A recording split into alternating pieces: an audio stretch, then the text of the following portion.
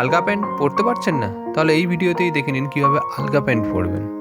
বেল্টের মাধ্যমে কীভাবে আলগা প্যান্ট টাইট করে পরবেন সেটা দেখে নিন এই ভিডিওতে। এখানে যেমন দেখানো হচ্ছে, দেখো যে প্যান্টটাকে প্রথমত যে আমাদের বেল্টের হুক রয়েছে তার মধ্যে প্রথমে প্যান্টটার যেখানে অ্যাকচুয়াল আমরা বোতামটা লাগাই সেই বোতামের অংশটা প্যান্টের এই হুকের মধ্যে লাগিয়ে নিলাম।